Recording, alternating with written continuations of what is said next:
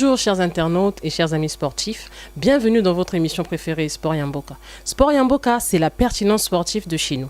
Sport Yamboka, nous vous donnons la parole où que vous soyez. Nous recevons aujourd'hui dans notre émission un invité, Maître Manassé. Maître Manassé est troisième dan de Jiu-Jitsu Self-Défense, deuxième degré de Sambo et Krav Maga, ancien secrétaire général de la Fédération congolaise de Jiu-Jitsu et Self-Défense et cofondateur d'ailleurs, mécène des arts martiaux, de la culture, manager et chroniqueur de Sport Yamboka. Chers internautes, aujourd'hui nous allons analyser la vie des arts martiaux au Congo-Brazzaville avec notre maître Manassé. Nous allons comprendre les questions qui l'ont fait chuter parce qu'aujourd'hui il est quasiment inexistant à l'échelle internationale dans toutes les compétitions. Et donc maître Manassé va nous expliquer simplement les arts martiaux au Congo-Brazzaville. Bonjour maître Manassé. Bonjour madame Laetitia. Donc pour commencer nous allons discuter, parler de votre identité sportive pour comprendre et se mettre tout de suite dans le bain. Est-ce que vous pouvez nous parler en tant qu'homme sportif, maître Manassé? Bonjour, c'est un plaisir pour moi d'être reçu à cette émission Sport Yamboka qui est d'ailleurs très suivie et qui est aussi l'une de mes initiatives. Alors moi je suis ceinture noire 3e dan, comme vous avez su le dire à la présentation. Je suis l'un des cofondateurs de la Fédération congolaise de Jiu-Jitsu et de Self-Défense. Et aujourd'hui, je suis en France depuis un certain moment pour des raisons personnelles et je continue le sport en France. Je suis le représentant du pôle Europe de la Fédération congolaise de Jiu-Jitsu et Self-Défense. J'ai commencé les arts martiaux depuis 1995 par le taekwondo. Le taekwondo, ensuite je me suis balancé par le karaté Shotokan et aujourd'hui, depuis 2002, je suis dans le Jiu-Jitsu. Voilà. Très bien, belle carrière. Alors dites-nous pourquoi les arts martiaux au Congo, on remarque aujourd'hui qui sont en évolué. Nous voyons au niveau des compétitions internationales avec des pays de l'Afrique centrale, l'Afrique de l'Ouest, nous voyons des pays comme la Côte d'Ivoire qui se développent, on parle d'eux, et pourquoi pas le Congo? Bon, le problème des arts martiaux en République du Congo, vous savez, tout d'abord, c'est une volonté politique des autorités sportives. Hein, donc la politique menée par les autorités sportives. Ça, c'est à mon humble avis. Donc je dirais plus que hier, nous étions un pays qui était très respecté au niveau international. Nous étions un pays où nous étions représentés partout dans toutes les compétitions, que ce soit au niveau du sport de balle, tel que le football, le handball, le volleyball, et au niveau des sports, par exemple de natation, des sports de combat, le karaté surtout. Et à l'époque, c'était vraiment des disciplines qui étaient très très émergentes, mais aujourd'hui nous constatons que il y a de la politique politicienne dans les arts martiaux. Donc à la tête de nos fédérations, on nous a imposé, hein, il faut se dire la vérité, beaucoup n'ont jamais été élus d'une manière unanime. Beaucoup des présidents de fédération, excusez-moi si je vexe certains, ont été imposés par des volontés de certains cadres du ministère des Sports pour ne pas toucher le patron lui-même. Et si bien que ce qui fait aujourd'hui, quand les présidents de ces fédérations arrivent avec leur volonté de vouloir gérer à leur manière, ils ne respectent plus les éthiques sportives, ils ne respectent plus la déontologie sportive, et c'est ce qui fait qu'ils font des choix par rapport à leurs affinités avec des athlètes, avec des compétiteurs, avec des cadres techniques, et même d'ailleurs, on nous prend pas des cadres techniques appropriés qui méritent pour être à la place qu'il faut. C'est pour ça qu'aujourd'hui, nous trouvons beaucoup de failles, beaucoup de manquements, voilà, et notre absence au sein du podium, enfin dans les podiums internationaux. D'accord, donc nous comprenons parfaitement par rapport à votre développement, mais dans votre élocution, on comprend très bien qu'il y a peut-être un conflit d'intérêt personnel, on va dire ça, des autorités, et que vous dénoncez ça, que vous pensez que c'est ce qui serait un frein à, bien entendu, à la promotion du sport congolais au niveau international.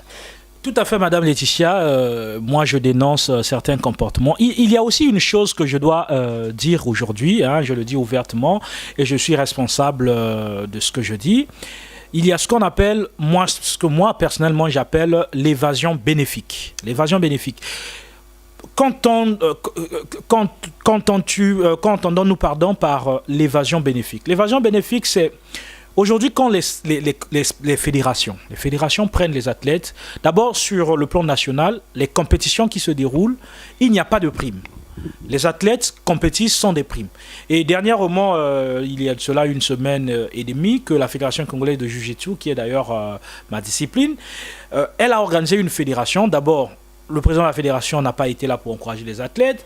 Il n'y a pas eu de protection tibia, ni des gants, ni des protèges des coquilles. Rien du tout, même pas un comprimé en cas d'accident. Et d'ailleurs, il y a eu un accident très grave et des individus ont dépensé plus de 50 000 francs CFA de leur propre poche. Vous savez, aujourd'hui, il y a la galère au pays, mais quelqu'un prend ces 50 000 francs comme ça pour aller soigner quelqu'un.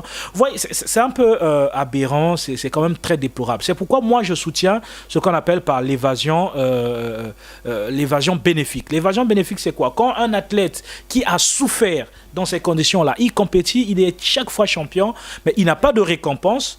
Le jour où il y a un voyage en Europe, et l'athlète s'évade. Et moi, j'encourage ça. J'encourage que l'athlète parte surtout en Europe, parce qu'en Europe, il va trouver beaucoup de développement, il va trouver des clubs qui vont le soutenir, qui vont l'accompagner dans son talent. Et en dehors de ça, dans la vie privée, il va trouver peut-être un petit boulot où il sera payé à 1 000 euros, 500, 800, 1500, 2000 euros selon sa compétence, qui n'a rien à voir avec le SMIC congolais, qui est à peu près 100 000 francs CFA, 99 000 francs CFA ou 100 000 francs CFA.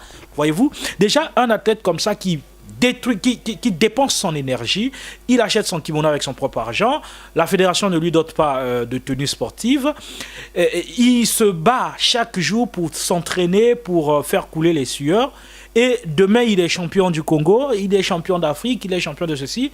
La fédération ne lui donne aucun franc. Ils oublient que tout le temps que l'athlète sacrifie pour s'entraîner, pour aller à des compétitions, l'athlète peut avoir une femme, un foyer, des enfants, etc. Et il ne laisse quasiment rien. Maintenant, à quoi servent ces sacrifices, à quoi servent ces sacrifices que l'athlète met à la disposition des fédérations? C'est pour ça que moi je dis que les évasions bénéfiques, pour moi, je les soutiens. Maître, très bien, merci beaucoup de nous faire part vraiment de vos préoccupations vitales. On va voir qu'il y a des sportifs qui font du sport parce qu'ils aiment le sport. Ils sont nés dans le sport, ils ont grandi dans le sport, et que la question pécuniaire aussi elle est secondaire. Et finalement là, on se dit que c'est quand même très important le soutien financier qu'un sportif peut bien sûr obtenir de la fédération. Ces propulsions, nous voyons aujourd'hui à l'échelle internationale, et même si on reste en Afrique, il y a des pays où on en parle, ça valorise un État. Donc aujourd'hui, quelles sont vos propositions pour apporter des solutions concrètes, terre à terre? On va se dire, on va arrêter de critiquer, on va arrêter de toujours appuyer le doigt. Mais qu'est-ce que vous proposez comme solution, cher maître? Eh bien, moi, ce que je propose tout d'abord au niveau du ministère des Sports, parce que c'est le patron, le socle même du sport congolais, c'est d'abord une réorganisation technique. Une réorganisation technique, c'est-à-dire en commençant par la mise en valeur des cadres techniques congolais qui sont tant sur le plan national que sur le territoire national qu'à l'étranger, donc que nous appelons la diaspora.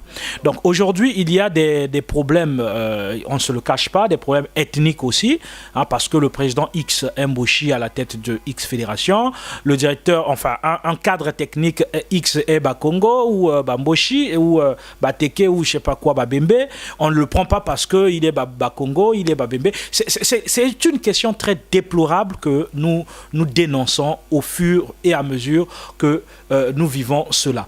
Donc, le ministère des Sports, les cadres du ministère des Sports doivent tout d'abord commencer par éliminer l'ethnocentrique, l'esprit du tribalisme. Ça, c'est déjà quelque chose que nous devons bannir au sein de notre sport, parce que dans le sport unit les peuples. On n'a pas besoin du tribalisme. En bannissant cet esprit, il faut mélanger des personnes, mettre ceux qui peuvent faire quelque chose. Il faut répertorier tous les talents, toutes les compétences, toutes les intelligences congolaises qui sont à l'étranger. Il y a bien des gens qui sont à l'étranger, qui peuvent investir, qui peuvent faire mieux, mais ils ont peur de venir au pays parce qu'ils seront maltraités, ils ne seront pas bien traités, ils n'auront pas la place qu'il faut. Il va voir son élève qui n'a jamais participé à des stages internationaux, qui va être là devant lui, son directeur technique, attendez, c'est quelque chose. C'est vrai que tout le monde ne peut pas être directeur technique, mais choisissons quand même ceux qui peuvent. Je parle par exemple, aujourd'hui, je prends le cas de mon sport, du Jiu-Jitsu. Aujourd'hui, le Jiu-Jitsu, moi, autant que secrétaire général, à l'époque, j'ai démissionné il y a de cela près de 7 à 6 mois, je maîtrise bien la structure. Donc, j'ai laissé 29 clubs. Et à mon absence... Cher maître, vous avez laissé les clubs où ? J'ai laissé les clubs, je parle des 29 clubs qui sont au pays, d'accord, qui sont opérationnels.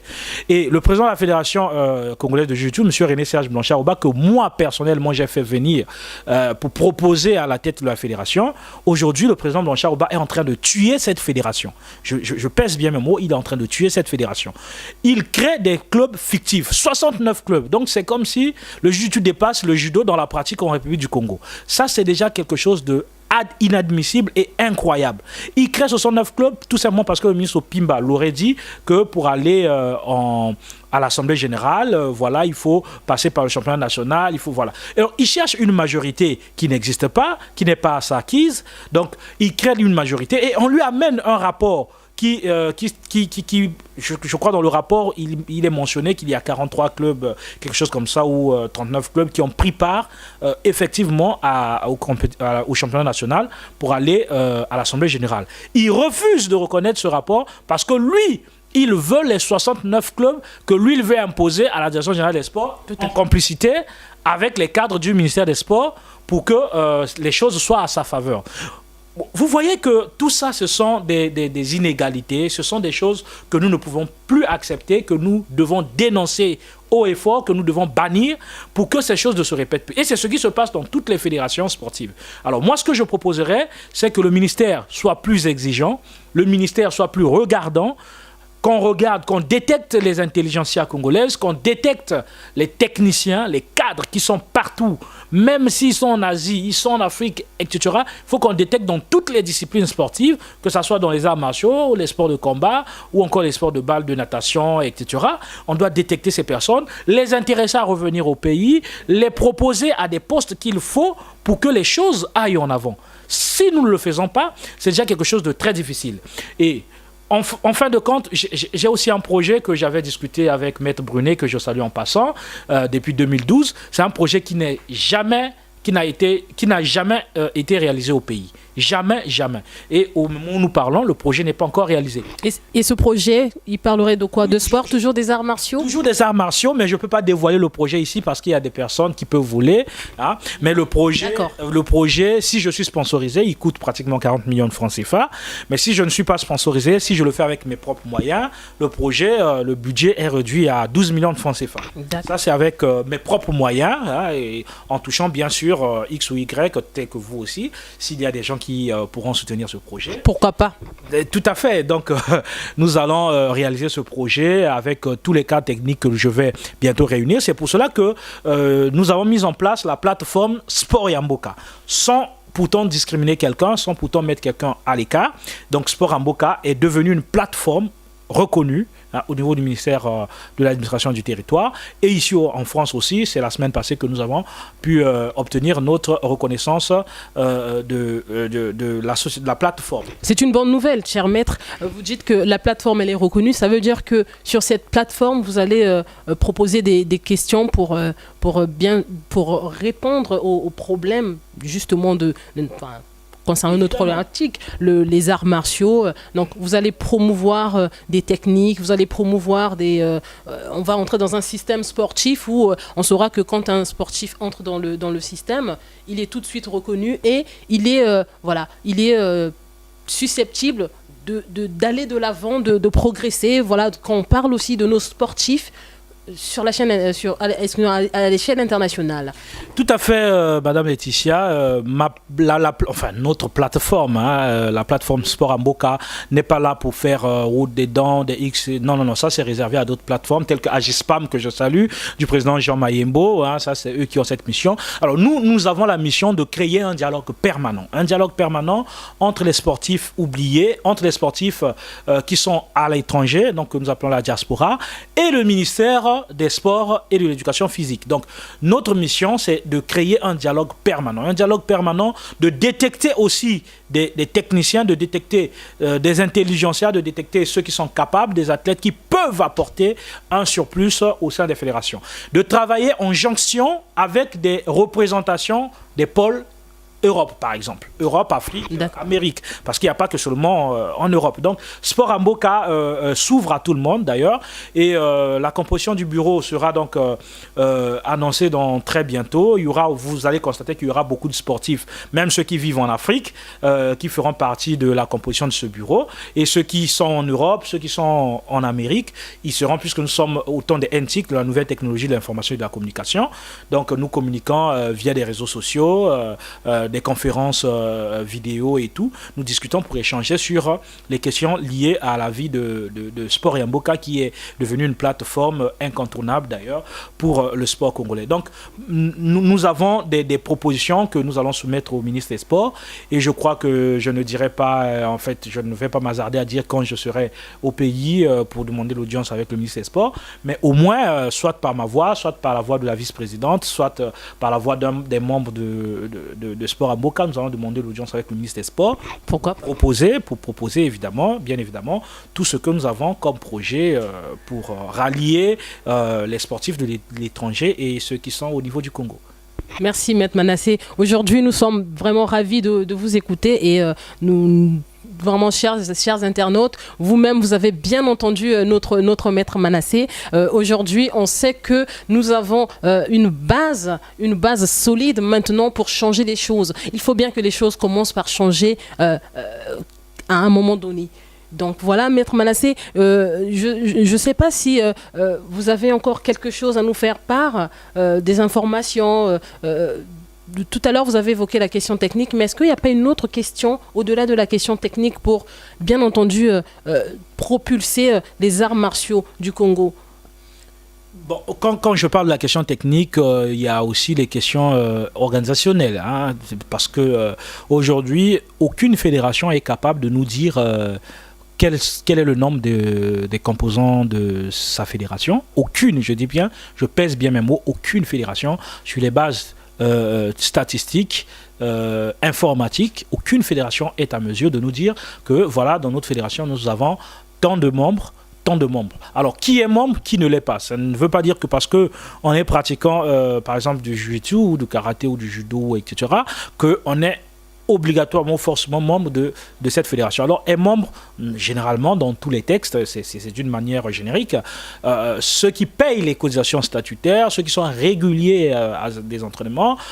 Un club peut être membre, oui, mais au sein du club, les membres aussi doivent être donc enregistrés au sein. Alors, nous avons des propositions comme ça, de travail avec des nouveaux logiciels, des applications qui peuvent aller avec la gestion administrative des personnels, des fédérations, des compositions des fédérations. Les fédérations peuvent gérer d'une manière informatisée qui est membre, qui ne l'est pas membre, et chaque membre a le droit de connaître est-ce que son adhésion demeure toujours, ou son adhésion pour l'année sportive, la saison sportive en cours est radiée ou comment. Donc ces résultats sont publiés par un site officiel d'une fédération, et je me réserve de dire aucun, mais je pense que 98% des fédérations sportives au Congo n'ont pas de site. Ah ben c'est tout à fait, c'est tout à fait c'est assez grave. Voilà, on est au temps de l'informatique, on est au 21e siècle, en dehors des groupes Facebook où on discute, où voilà, aucune fédération a un site officiel. D'ailleurs, Sport Amboka est en train de concevoir son site officiel qui sera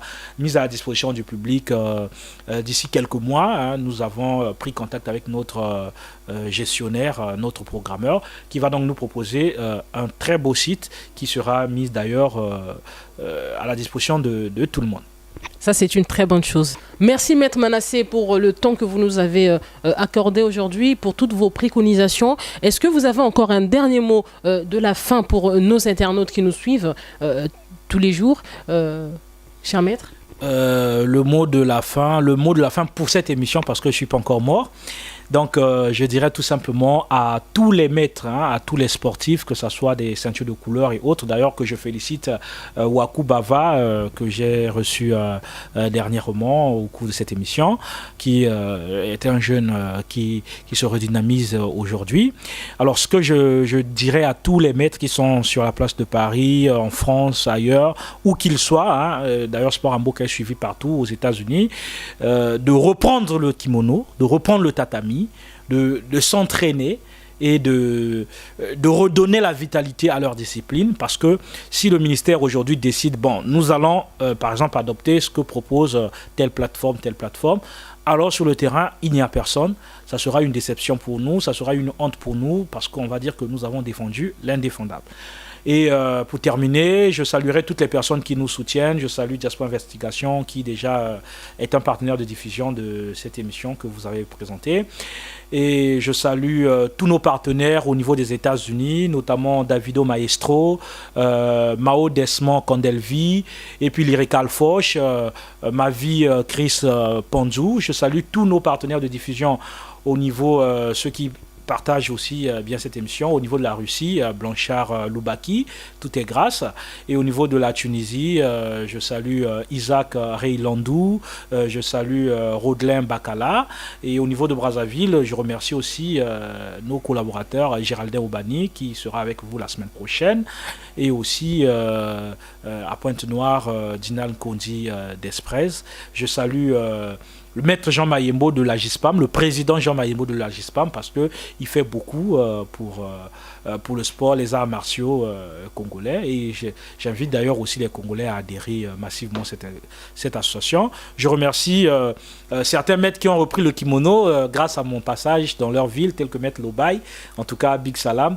Et Big Salam à tous ceux qui aiment bien suivre. L'émission est ouverte à tout le monde. Tout le monde. Merci de m'avoir reçu aujourd'hui. C'est comme disait un citoyen Mangwaou, Ngana Moninga. Donc, merci beaucoup à vous et surtout bienvenue, parce que le public sportif, ceux qui aiment suivre cette émission, avaient beaucoup déclaré le visage d'une femme. Et voilà une charmante. Me voici, merci. Une belle présentatrice devant le micro de Sport Amboka. Et je suis donc la personne qui inaugure d'ailleurs votre passage, votre chronique au cours de cette émission. Donc merci à vous. Et je vous rappelle que notre animatrice sera au Congo la semaine prochaine. Elle va donc faire les interviews avec 5 invités que nous allons contacter. Et ceux qui sont au pays, qui nous suivent, donc vous pouvez nous contacter par le numéro qui s'affiche en bas de votre petit écran pour prendre donc rendez-vous avec votre animatrice de Sport Yamboka. Merci. Merci très cher maître, nous en sommes ravis. Merci à Diaspora Investigation, merci à tous nos internautes et chers sportifs. Merci à maître Manassé et toutes les personnes qui nous suivent au quotidien, que vous soyez sportif ou non, nous vous remercions. Et nous savons tous que le sport, c'est important pour la santé, c'est important pour la culture, c'est important. Voilà, le sport n'a pas de limite aujourd'hui. Nous devons toujours mettre tous les moyens en œuvre pour le conserver, pour l'élever, au-delà des montagnes, au-delà des stéréotypes. Voilà, donc maître Manassé, nous vous remercions infiniment de votre temps, parce que je vous assure que maître Manassé, c'est quelqu'un de très très très très occupé. C'est difficile de l'avoir. Aujourd'hui, je l'ai. Merci encore du privilège qu'il me fait de vous parler à travers ce micro, et on espère que dans nos prochaines émissions, vous serez toujours là, ébahis et contents, et on vous garde le meilleur.